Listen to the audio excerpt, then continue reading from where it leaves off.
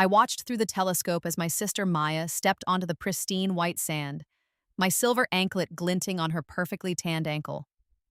She threw her head back and laughed, that tinkling sound she reserved for cameras and rich men, while her friends applauded her beach outfit. She had no idea that the anklet, the one she'd stolen from my jewelry box 3 days ago, had just sealed her fate.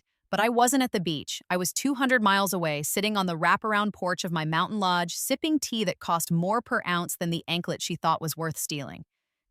Because this time, I'd known exactly what was coming. This time, I'd already won. The first time I lived this life, I died on a beach. Not the beach where Maya was currently preening. No, that came later in the story. I died on a different beach, 6 months from now in that original timeline, with my sister's fingerprints metaphorically all over the murder weapon. Well, not murder in the legal sense, but it was murder nonetheless. That first life ended on my 24th birthday, 3 years from now in the old timeline. I'd finally scraped together enough money to take my grandmother to the coast, the trip she'd dreamed of for decades.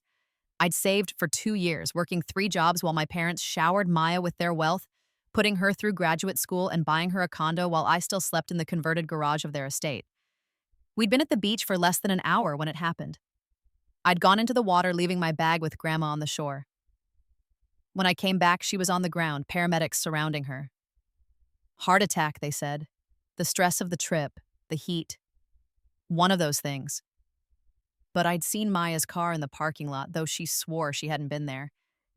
I'd seen the empty bottle of Grandma's heart medication scattered in the sand, pills she'd taken that morning, now mysteriously gone. I'd seen the smug look in my sister's eyes at the funeral when the will was read and everything went to my parents, who naturally gave it all to their favorite daughter. I died 3 weeks later. Technically, it was a car accident. My brakes failed on a mountain road, but I'd had my car serviced just days before, and the mechanic I'd trusted had been Maya's boyfriend in high school. Convenient. I woke up on the morning of my 18th birthday, 6 years in the past, screaming. The memories hit me all at once that first morning. The years of casual cruelty, the systematic abuse masked as family dynamics, and finally, the twin murders that no one would ever call murders. I lay in my narrow bed in the garage conversion, surrounded by boxes of Maya's old clothes that Mom had insisted I store since I had the space, and I remembered everything. In my first life, I'd thought I was the problem. I'd internalized every criticism, every comparison, every instance of being overlooked. When Dad missed my high school graduation to take Maya shopping for college, I told myself it was because I wasn't interesting enough. When Mom forgot my birthday 3 years in a row but threw Maya elaborate parties, I convinced myself I didn't deserve celebration. When they paid for Maya's degree in art history, she's so creative, but refused to help with my nursing school. You can get loans, honey, you're practical. I worked those 3 jobs and never complained. But now, with 6 years of memories and a second chance, I saw it clearly. I had been the scapegoat, the shadow child, the daughter they kept around to make their golden child shine brighter. And they'd been willing to let me die to keep it that way. I spent that first week of my second life in careful observation, saying nothing, planning everything. I was 18 again, about to graduate high school with 6 years of knowledge about investments, property markets, and most importantly, my family's true nature. I knew, for instance, that in 3 months, my grandmother would slip on the stairs and injure her hip. In my first life, my parents had convinced her to give them power of attorney temporarily to handle her affairs during recovery. They'd never given it back. They'd moved her into a nice facility and slowly drained her accounts, always with a smile and an excuse about medical necessities and keeping her comfortable. I knew that in 1 year, Maya would accidentally submit my college application essay as her own, getting into a prestigious graduate program while my own application was rejected for plagiarism. She'd done it through my laptop while I was at work. I knew that in 2 years I would meet David, fall in love, and bring him home for Christmas, only to watch Maya seduce him at our parents' New Year's party while they encouraged it. They make such a beautiful couple, Mom had said, while I stood in the doorway with champagne I'd bought myself, watching my sister kiss my boyfriend under mistletoe I'd hung. But most importantly, I knew about the anklet. My grandmother had given me that anklet on my 16th birthday in both timelines, a delicate silver chain with tiny bells and charms she'd collected over her lifetime. In my first life, I'd worn it every day until Maya borrowed it for a beach party the summer after my 18th birthday. She never returned it. What I hadn't known in that first life, what I only discovered during the agonizing 3 weeks between Grandma's death and my own, was that the anklet was a marker. Not magical, nothing like that. But it had been a signal in my grandmother's social circle, a very wealthy, very exclusive social circle I'd known nothing about. My grandmother hadn't been poor. She'd been eccentric, living simply by choice, but she'd come from old money. Real money. The kind that doesn't advertise itself, but opens doors the rest of us don't even know exist. The anklet was a known quantity among a certain set. Her set. It meant you were her chosen heir, her beloved, under her protection. In my first life, Maya had figured this out somehow, probably through snooping in Grandma's papers during one of our rare family visits. She'd taken the anklet and worn it to a charity beach event, where she'd been mistaken for the heir apparent. By the time anyone realized the truth, Grandma was dead, and Maya had already ingratiated herself with people I'd never even known existed. My parents had helped her maintain the lie. They'd presented Maya as the devoted granddaughter who'd spent so much time with Grandma, never mind that I'd been the one visiting every week, running errands, sitting through stories I'd heard a dozen times. Maya got the connections, the invitations, the opportunities, and eventually the inheritance my grandmother had meant for me. This time would be different. On my 18th birthday, my second 18th birthday, I did something I'd never done in my first life. I knocked on Grandma's door at 7 in the morning with homemade cinnamon rolls and a proposal. I want to learn everything, I told her, sitting in her cluttered kitchen that smelled of old books and dried lavender. About your life, your family, your friends, everything you never got to teach me. She'd looked at me with those sharp blue eyes that age hadn't dimmed, and something shifted in her expression. "It's about time," she said simply, and I was beginning to think you'd never ask. That's how I spent the spring and summer of my 18th year. While my parents assumed I was working my after-school job at the grocery store, I was actually with Grandma 3 or 4 days a week, learning. She taught me about investments, about the old families that still controlled major industries, about social graces I'd never needed in my first life. She taught me which doors the anklet would open, and more importantly, how to walk through them with my head held high. "Your mother never wanted to know," Grandma told me one afternoon, her gnarled hands wrapped around a teacup. "She wanted the money, but not the responsibility, not the connections, not the legacy. She married your father thinking she'd get all the benefits and none of the obligations. When I told her that wasn't how it worked, she stopped bringing you girls around." "But I visited," I said. "You did, every week like clockwork once you could drive. Your sister came twice, both times to ask for money." Grandma smiled. "I knew which granddaughter deserved the anklet, dear. I've always known." In June, Grandma and I took a trip. Not to the coast, that would come later on my terms, but to the mountains. She owned property there, acres of it, including a beautiful lodge that had been in her family for 4 generations. She'd been keeping it in trust, waiting for the right heir to claim it. "It's yours," she told me on the porch, where I would one day sit with my telescope and watch my sister's downfall from a safe distance. "Papers are already drawn up. On your 19th birthday, it transfers to you, but you can start using it now. Make it yours." I did. The thing about having foreknowledge is that you have to be strategic. You can't reveal your hand too early. You have to let some things play out, even painful things, so that the people around you don't realize the game has changed. So I went through the motions of that summer. I worked at the grocery store where my parents thought I was working, but only 2 days a week. The rest of the time, I was either with Grandma or at the mountain lodge, slowly moving my life there piece by piece. I opened bank accounts in a different city. I made connections through Grandma's network. I enrolled in online classes for a business degree, paid for by a small trust Grandma had set up for me that my parents didn't know about. And I waited.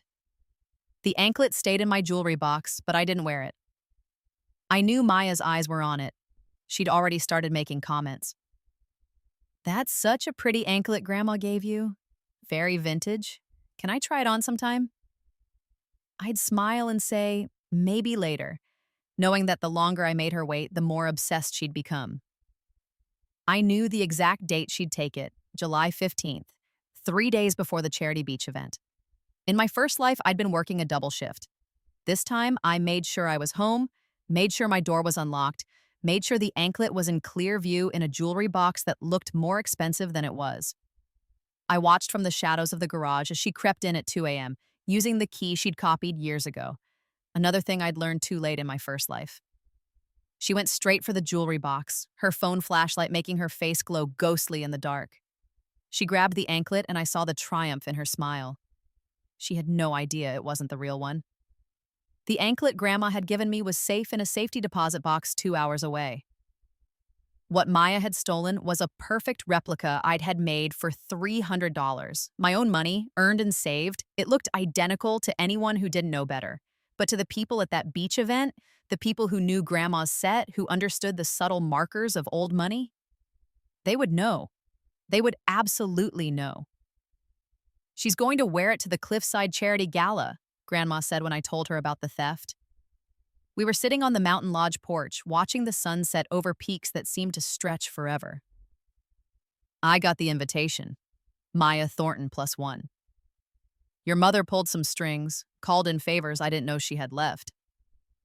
"Let her," I said calmly. Let them all go. I have other plans for that weekend."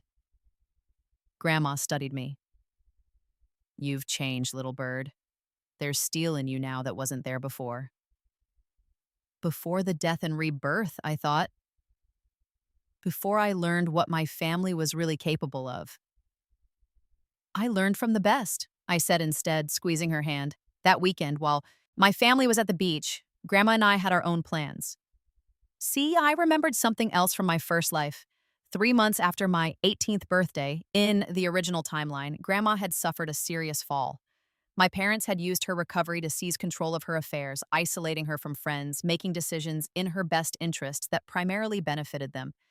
In this timeline, that fall was scheduled to happen in 2 weeks. I knew the exact date because I'd been the one to find her, and the image of her lying at the bottom of those stairs had haunted my dreams for years. In my first life, I'd always wondered if it was really an accident. This time, I knew it wasn't. This time, I'd done my homework. I'd gone to her house when everyone was out and found the loose carpet my father had installed at the top of the stairs. The one that would shift under an elderly woman's feet at just the wrong moment. I'd found his measuring tape forgotten in the hall closet. I'd put the pieces together. They'd tried to kill her in my first life.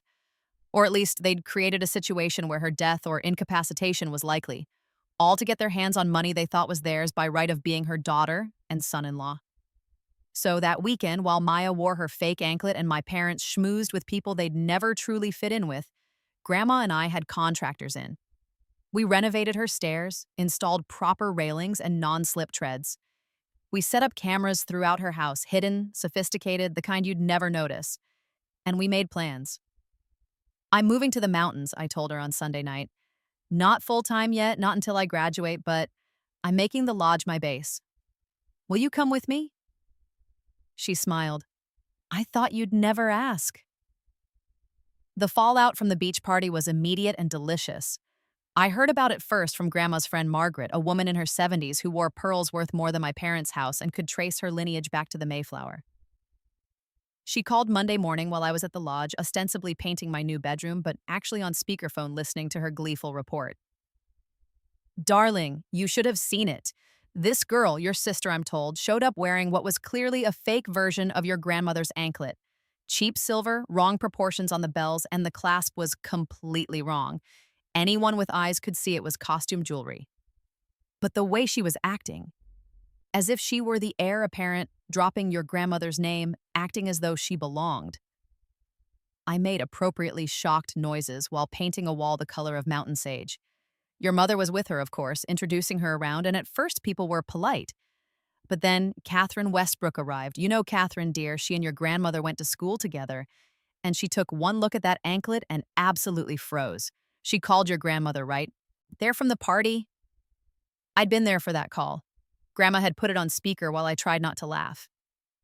"Is Maya your chosen heir, darling?" Catherine had asked. "Because she's here wearing what appears to be a rather poor imitation of your anklet, and your daughter is telling everyone that Maya is the one you're closest to."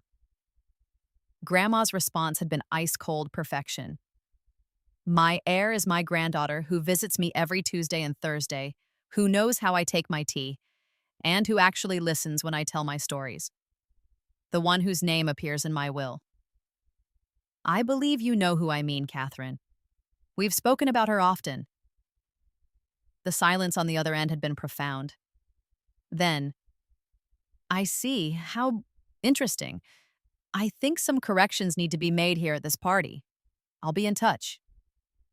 According to Margaret's gleeful report, Catherine had proceeded to eviscerate my mother and sister in the most polite, devastating way possible. No raised voices, no scenes, just a few quiet words to the right people, and suddenly, Maya and my mother found themselves surrounded by cold shoulders and knowing looks. They'd left before dessert was served.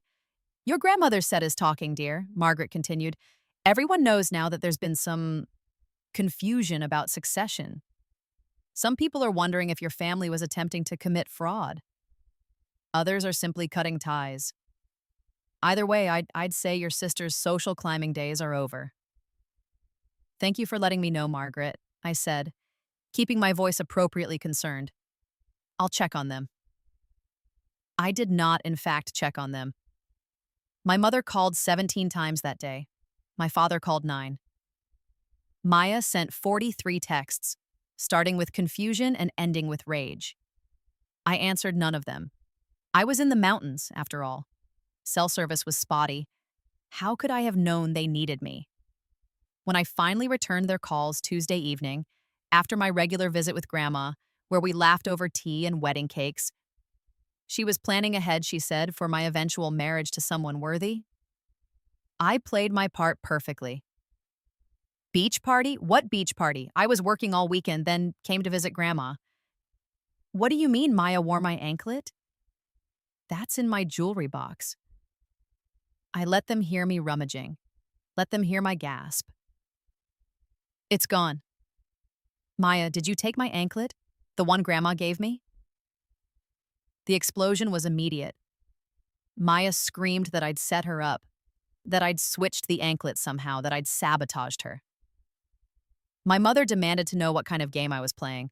My father, always the peacemaker when it benefited his golden child, suggested that maybe there had been a mix-up and couldn't we all just move past this? Move past Maya stealing from me? I let my voice break a little.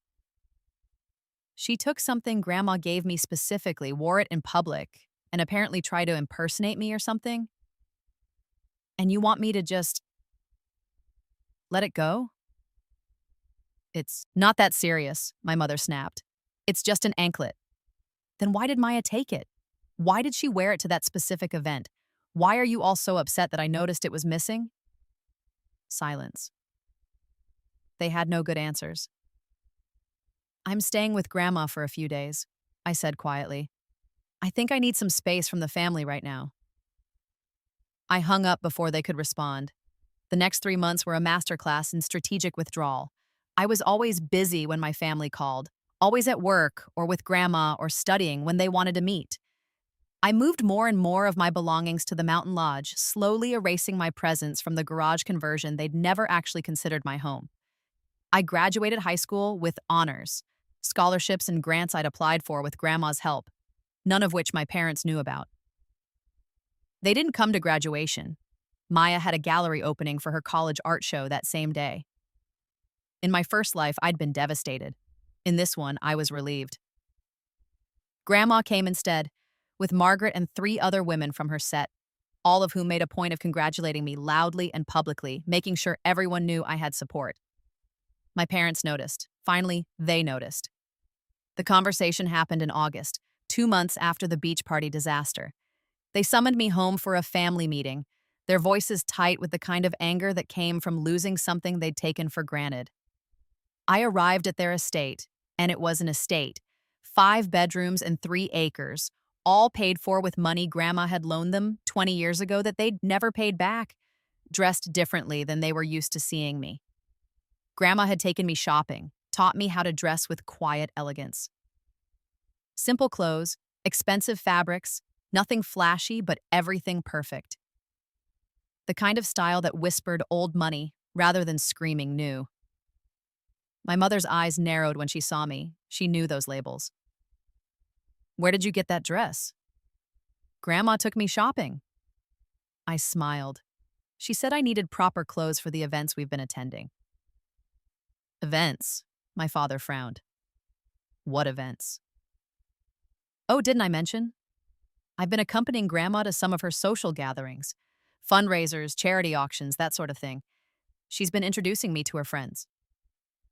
The temperature in the room dropped 10 degrees.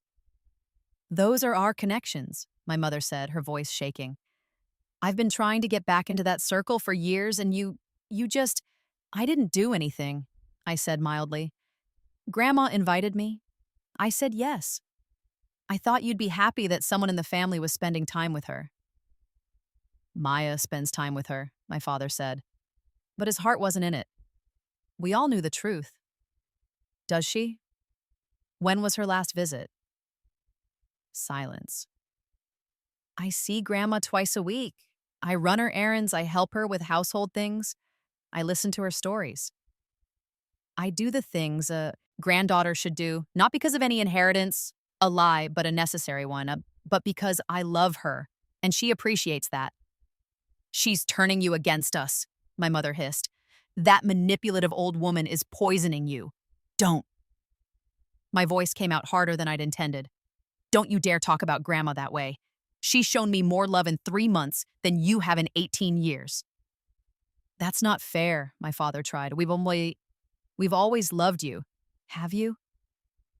I looked at him directly. Tell me my birthday without checking your phone. He couldn't.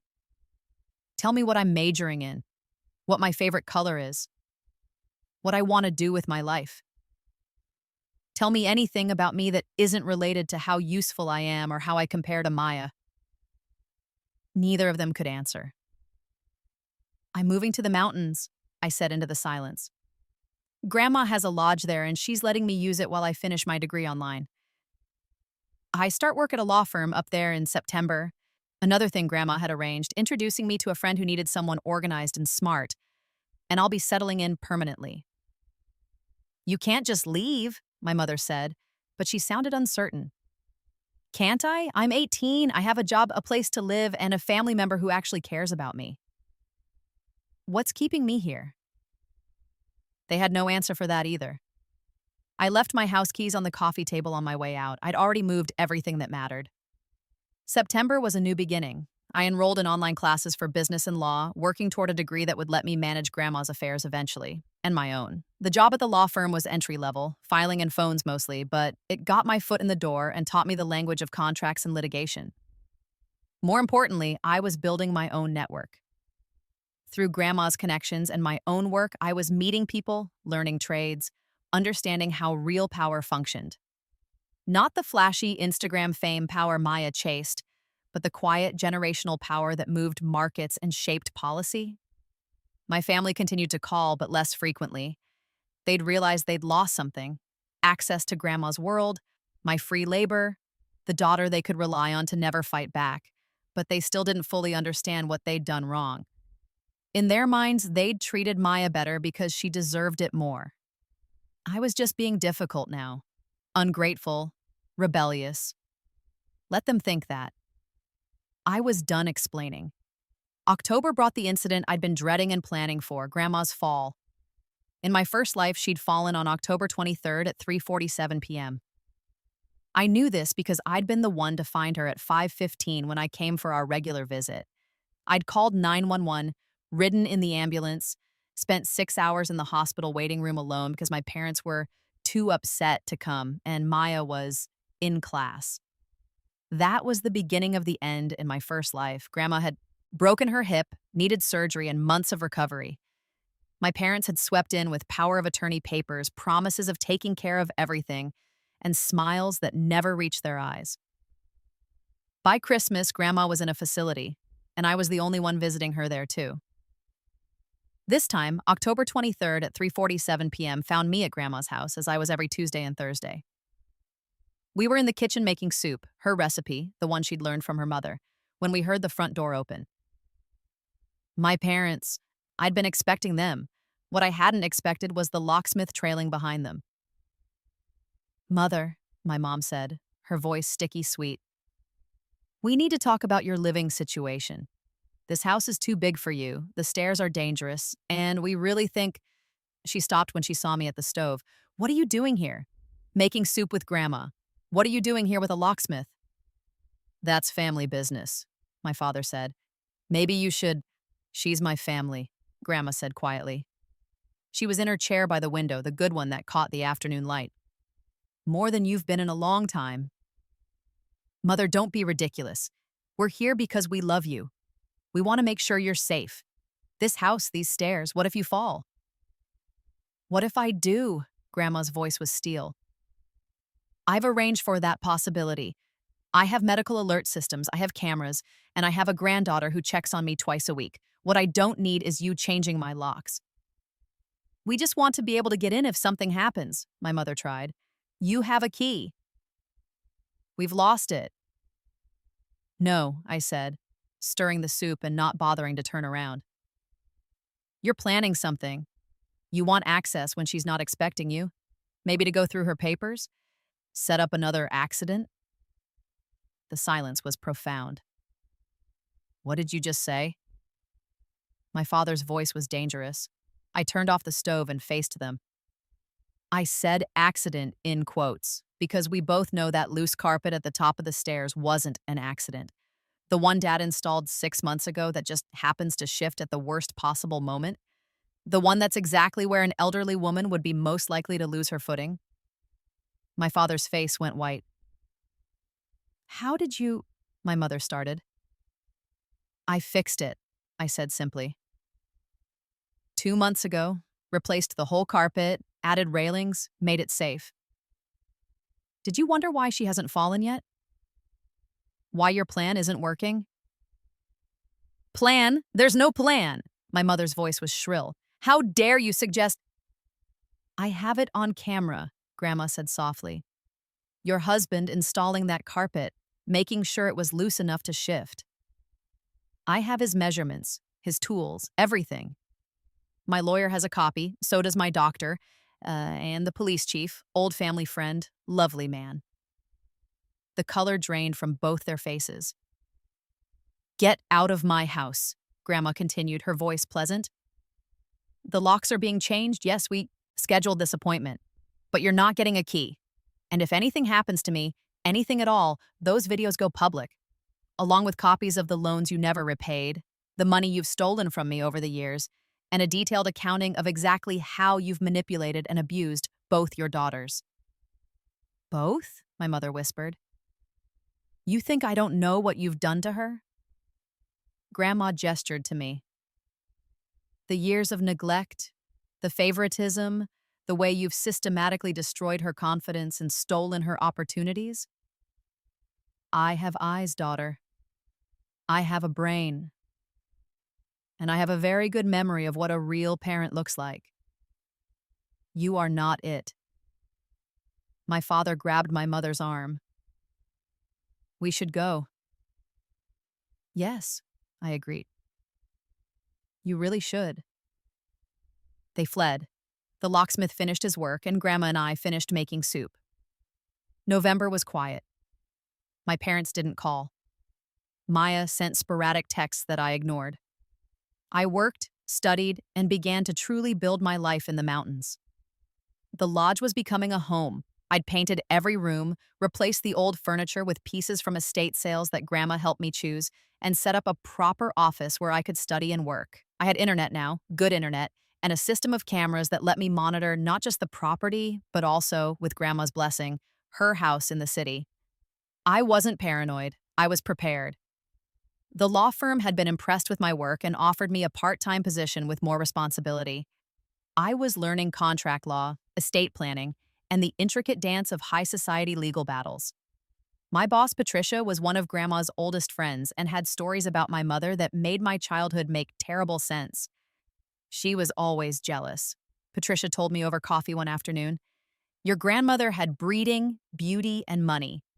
Your mother had 2 of the 3, and it ate at her. She thought marrying your father would give her access to everything, but your grandmother saw right through him. She offered them one loan, and told them they'd have to make their own way after that. They never forgave her. But they kept coming around. For appearances. and because they thought eventually they'd inherit. Your grandmother's been very careful about who knows what's in her will. Most people assume your mother will get everything as the only child, but wills can be complex. I smiled. I knew exactly what was in Grandma's will. She'd shown me. In my first life, my parents had gotten everything, and they'd promptly given most of it to Maya.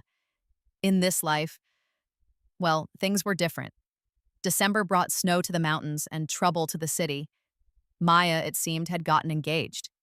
David, the same David from my first life, the one she'd stolen from me at that New Year's party that hadn't happened this time, had proposed at Thanksgiving. My mother called with the news, her voice triumphant, clearly expecting me to be jealous or upset. "That's wonderful," I said, meaning it. "I hope they're very happy." "You don't... You're not upset? I thought you liked him." "I've never met him, Mom. How could I like him?" True in this timeline. I'm happy for Maya if she's happy. I wasn't lying. In this life, I'd never met David, never fallen for him, never had my heart broken by my sister's betrayal. He was a stranger to me, and Maya was welcome to him, especially since I knew exactly how that relationship would end. He was charming but terrible with money, and he had a gambling problem Maya would discover about 6 months into the marriage.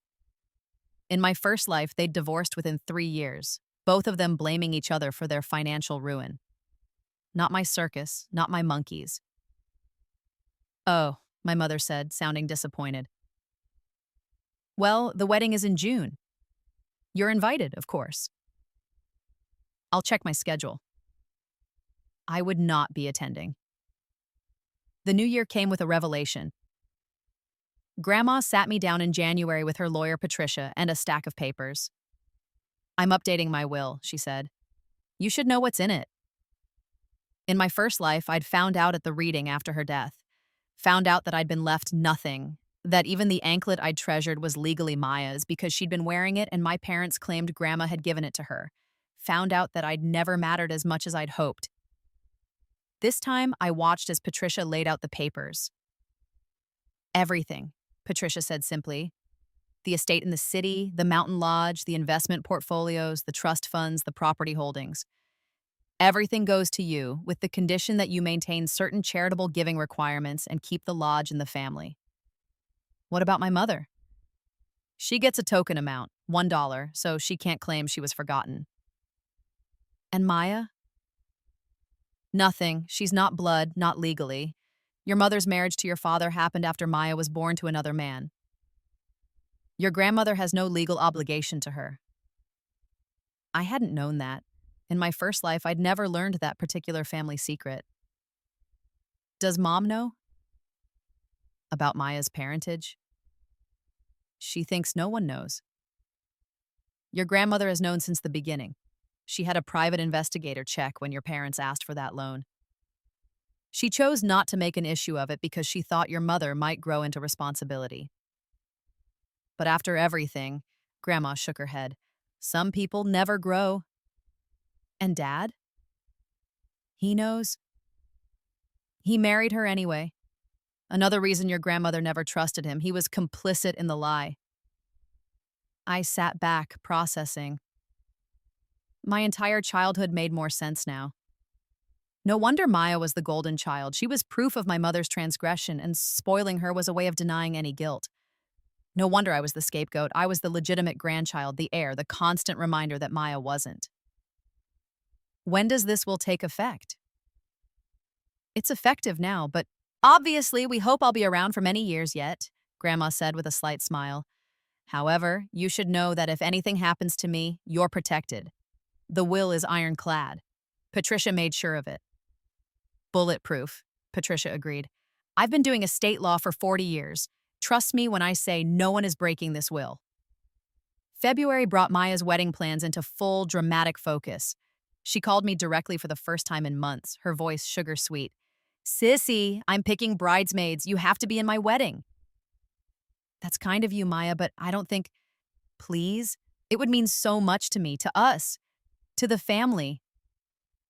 There it was. The family card. In my first life, I'd caved every time. I'd been the bridesmaid, worn the unflattering dress she chose, paid for my own hair and makeup and a shower gift and a wedding gift, and watched as she got everything she wanted while treating me like staff. I can't, I said. I have work commitments that weekend. I'm sorry. Move them. It's my wedding. I can't move a court filing, Maya. I'm sorry. I'll send a gift. I hung up before she could argue. My mother called 10 minutes later. How could you disappoint your sister like this? She'll have other bridesmaids. She won't miss me. But the pictures will be beautiful without me. Mom, I have to go. I'm at work. Another thing I'd learned in this timeline: boundaries. The word no. The art of hanging up. March brought David to the mountains. He showed up at the lodge on a Saturday afternoon, claiming he wanted to meet me before the wedding, build family connections, all very proper and planned. My cameras had caught him scoping out the property for an hour before he knocked, which told me everything I needed to know about his real intentions. I let him in, served coffee, played the gracious host, and I listened as he laid out his pitch. Maya talks about you all the time, he said, lies dripping like honey. She feels terrible about the distance between you. She knows your family hasn't always treated you fairly. Interesting. So Maya was aware enough to know there was a problem, but not aware enough to change her behavior. Family dynamics are complicated, I said neutrally. They are, but I think... Look, I'm going to be honest with you. I'm marrying into this family, and I've done my research. Your grandmother is very wealthy, and there's going to be an inheritance eventually. Maya and your parents seem to think it's all coming to them, but I'm not so sure. Why wouldn't it? He smiled. Because you're the one who visits her. You're the one in her will, or at least I assume you are. And I wanted to meet you, get a sense of you, maybe make an arrangement. An arrangement.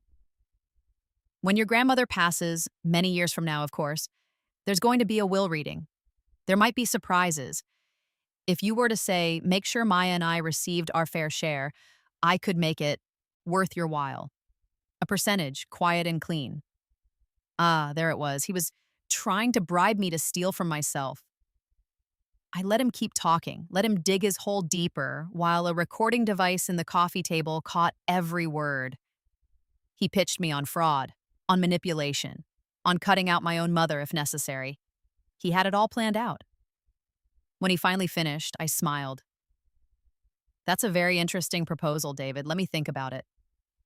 Of course, of course. Take your time. The wedding isn't until June. After he left, I sent the recording to Patricia with a note. Might need this later. Her response was immediate. Oh, we absolutely will. April was when everything started to accelerate. Maya found out about the will. I don't know how. Maybe she snooped, maybe someone talked, maybe she just put the pieces together. But she knew, and she was furious. She showed up at the lodge without warning, screaming before she even got out of the car. You stole my inheritance. You manipulated Grandma. You're a scheming, selfish bitch. I stood on the porch and let her rant. When she finally ran out of breath, I said simply, did you ever visit her before you wanted something from her? That's not the point. It's exactly the point. You want an inheritance from someone whose favorite tea you don't know, whose birthday you've missed for 3 years running, whose stories you've never listened to. Why do you think you deserve it? Because she's my grandmother too. Actually, I said quietly, she's not. Maya stopped mid-breath. What? Grandma is Dad's mother. You're not Dad's biological daughter. So technically, she has no obligation to you at all. The fact that she included you in her life as long as she did was generous. The fact that you're not in the will is just accurate. I shouldn't have told her. It was cruel, even if it was true. But I was so tired of her entitlement, her rage, her absolute conviction that the world owed her everything. Maya's face went through several colors before settling on white. You're lying. Ask mom, ask dad, or better yet, ask for a DNA test. I paused. Though I'd think carefully before you do that. Right now, dad still claims you. If you push this, if you make trouble, he might decide it's not worth it anymore. You're a monster, she whispered. No, I'm just done being your victim. She left. I filed a restraining order the next day, Patricia's suggestion, given Maya's escalating behavior. It was granted within a week. May brought Grandma's 85th birthday party, and it was spectacular. We held it at the lodge, which could accommodate the 50 guests from Grandma's set, plus catering and a small band. Margaret handled the invitations. Patricia managed the legal paperwork. Yes, legal paperwork for a party, because when you're dealing with old money, everything is documented. And I organized everything else, from flowers to food to making sure Grandma's favorite. Chair was positioned perfectly on the porch for photos. My parents were not invited. Maya was legally barred from attending due to the restraining order. It was the most peaceful family event I'd ever experienced. Happy birthday, Grandma, I said as the sun set over the mountains, painting everything gold. Happy rebirth, little bird, she replied. And I wondered if she somehow knew, if she'd seen the change in me and understood that her granddaughter had died and been reborn with purpose. But all she said was, "Thank you for this, for all of it, for being the heir I always hoped for." June arrived with Maya's wedding and my absence from it. I sent a gift, a set of kitchen knives, expensive and sharp. The card read, "For cutting ties cleanly, congratulations." Maya sent it back with a note that was mostly profanity. I donated the knives to a culinary school and moved on with my life. According to Grandma's spies, because of course she had spies, old money always does, the wedding was a disaster. David got drunk and hit on 3 bridesmaids. My mother cried through the entire ceremony. My father gave a toast about family loyalty that everyone found uncomfortable. And Maya spent the reception checking her phone, probably hoping I'd changed my mind and shown up. I hadn't. I'd been hiking 20 miles away, watching eagles hunt over crystal lakes, breathing air so clean it hurt. I'd never been happier. July brought the lawsuit. My parents, with Maya and David's encouragement, sued Grandma for their rightful inheritance. They claimed elder abuse, undue influence, manipulation of a vulnerable woman. They claimed I'd isolated her, poisoned her against them, stolen what was rightfully theirs. Patricia laughed when she read the filing. This is going to be fun. The case took 4 months to wind through the system, and it was indeed fun, if your definition of fun includes watching entitled people destroy themselves in court. Patricia presented evidence. So much evidence. Bank records showing the loans my parents had never repaid. Emails where they discussed how to manage mother's assets for her benefit, in ways that clearly meant their benefit. The videos of my father installing the loose carpet, documentation of every missed visit, every forgotten birthday, every instance where they'd chosen Maya over Grandma. And then there was the testimony. Margaret testified about the beach party, about Maya's fake anklet, about my mother's attempts to commit social fraud. Catherine Westbrook testified about my family's reputation in society, or lack thereof. Patricia testified as both lawyer and friend, detailing years of watching my parents manipulate and scheme, and I testified about my childhood. Every forgotten birthday, every missed event, every time I'd been compared to Maya and found wanting, every instance where I'd been used, overlooked, and dismissed. The judge, a woman in her 60s with sharp eyes and no patience for nonsense, listened to everything. Then she dismissed the case with prejudice and a warning. Mr. and Mrs. Thornton, your case is not only without merit, it's offensive. You've demonstrated through your own evidence that you are exactly the kind of people a parent should exclude from their will. You've shown a pattern of financial manipulation, emotional abuse, and neglect that would make any reasonable person question your character. Your lawsuit is dismissed. You will pay all court costs, and if you file any similar action against Mrs. Robinson or her estate in the future, I will personally ensure you face sanctions for harassment. My mother cried. My father's jaw clenched. Maya, sitting in the gallery, looked like she wanted to disappear. And David looked like he was calculating the cost of a divorce. I felt nothing but relief. August was quiet. My family was silent. No calls, no texts, no dramatic visits. Just blessed silence. I turned 21 in this timeline, 2 years after I died in the last one. I celebrated with Grandma, Patricia, Margaret, and a dozen other women who'd become more of a family than I'd ever had by blood. We had champagne on the lodge porch and watched shooting stars.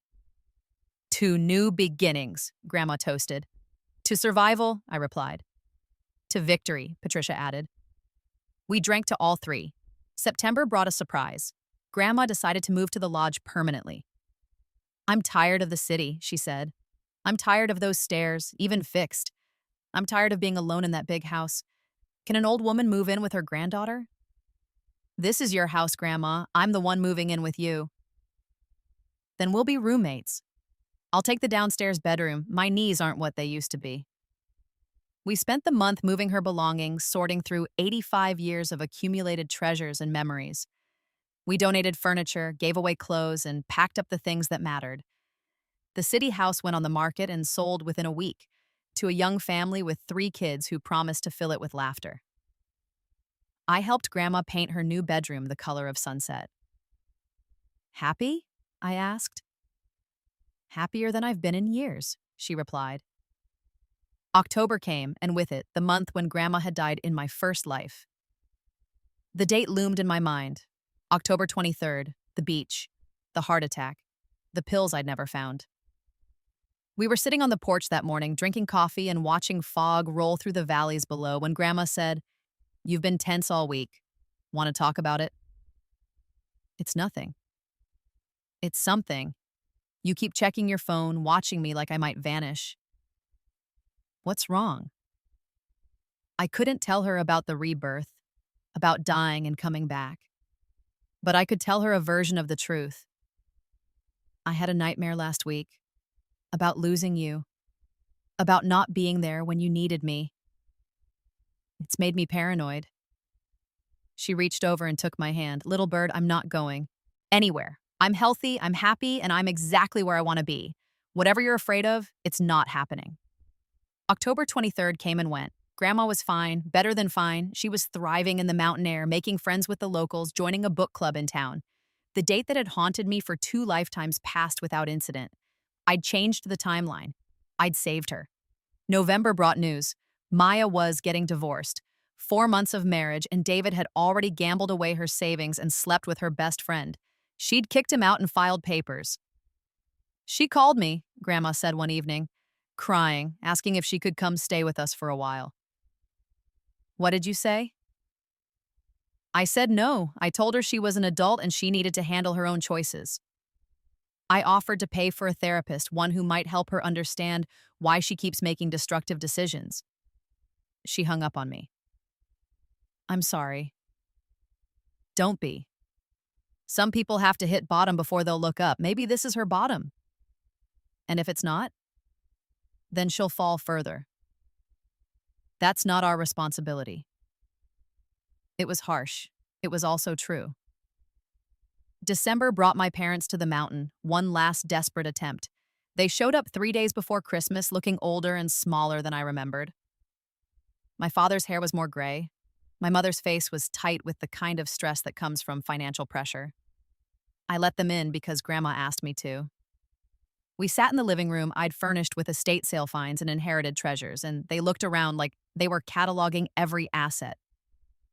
We're here to apologize, my father said. Are you? I kept my voice neutral. Things have been difficult, my mother started. The lawsuit was expensive. We've had to downsize. Your father lost his job because his employer found out he'd installed unsafe flooring in an elderly woman's home with intent to cause harm, I interrupted. Yes, I heard. Funny how that security footage made the rounds. That wasn't meant to hurt her. Yes, it was. You've been trying to hurt her for years. To control her, to steal from her, to push her into a situation where you could take everything. And when that didn't work, you tried to use the legal system. And when that didn't work, you're here. But you're not here to apologize. You're here because you're finally facing consequences, and you want me to make them stop. My father's jaw clenched. You've always been ungrateful. We gave you everything. A converted garage, hand-me-downs from Maya, criticism and neglect and emotional abuse. Yes, thank you so much for everything. We're your parents, my mother tried. Doesn't that mean anything? It should. But you taught me it doesn't. You taught me that the people who share your blood can be your worst enemies, that family is something you choose, not something you're born into. So I'm choosing, and I'm not choosing you. They sat in silence. Then Grandma spoke from her chair by the window. You should leave now, both of you. You're not welcome in this house. You're not welcome in our lives. And when I die, which won't be for many years yet, I plan to spite you with longevity. You'll receive your dollar and nothing more. That's my final word. They left. We never saw them again. The years that followed were everything my first life should have been. I finished my degree, passed the bar exam, and joined Patricia's firm as a junior partner. I specialized in estate law, helping other grandmothers protect their assets from ungrateful children, helping other scapegoat grandchildren find their footing and their strength. Grandma lived to 92, lucid and sharp until the very end. When she died, it was peacefully in her sleep, in her bedroom with the sunset-colored walls, with me holding her hand. The will reading was everything she'd promised, everything to me, with detailed instructions for the charitable giving she'd established. $1 to my mother, nothing to Maya. And a final letter that Patricia read aloud. To my daughter, I loved you, but I could not condone what you became. To Maya, you were never my responsibility, but I tried to care for you anyway until you made it impossible. To my beloved granddaughter, you were the heir I always wanted. You listened, you cared, you chose love over greed. Everything I have is yours because you're the only one who deserves it. Use it wisely, use it well. And remember, family is what you make it. My mother contested the will, of course. She lost, of course. Maya tried to sue for emotional damages. She lost too. David tried to claim he was owed something as Maya's ex-husband. The judge laughed him out of court. I took everything Grandma had built, everything she'd left me, and I made it matter. I established scholarships for scapegoat children, for kids in abusive families, for anyone who needed a chance to escape. I kept the lodge and turned it into a retreat center for survivors of family abuse. I maintained Grandma's charitable giving and expanded it. And I lived. I'm 32 now, sitting on the porch of my mountain lodge, watching the sun set over peaks that belong to me. I have a husband who adores me, a daughter who will never doubt she's loved, and a life built on the ashes of who I used to be. I haven't spoken to my parents in 8 years. I haven't seen Maya in longer. I heard she moved to another state, married again, had kids. I hope she's happy. I hope she learned something. But it's not my problem anymore. Sometimes I take out the real anklet, the one Grandma gave me, the one Maya tried to steal but never actually had. I wear it when I hike, when I swim in the mountain lakes, when I sit on this porch and count my blessings. The little bells chime with each step, a reminder. I died once. I was reborn. And I chose revenge that looked like healing, justice that looked like boundaries, victory that looked like peace. Maya wore my anklet to the beach, thinking she could steal my identity, my inheritance, my life. But by then, I'd already moved to the mountains, and from up here I could see everything.